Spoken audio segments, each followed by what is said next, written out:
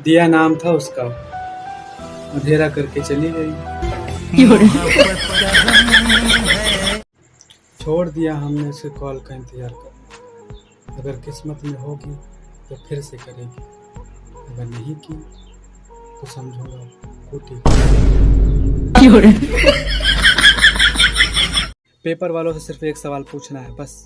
अगर लड़कियां चुन्नी बांधकर सर पर निकलती हैं तो छापेंगे धूप ने रिकॉर्ड तोड़ा, और हम बेचारे लड़के अगर धूप में चक्कर खाकर गिरते हैं तो छापेंगे नौजवान नशे की हालत में गिरफ्त। हम बेचारे कुंवारे लड़कों के साथ इतना अन्याय क्यों, पूछता है भारत।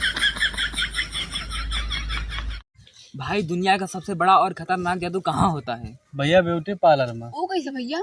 भैया हो जात के हो और आवत के हो। हाँ भैया तू सही कहा, ताड़ा ताड़ा अगले नहीं मिलते। लड़कियों जब कभी भी अपनी खूबसूरती पर घमंड हो जाए ना, तब जाकर अपने आधार कार्ड की फोटो देख लेना।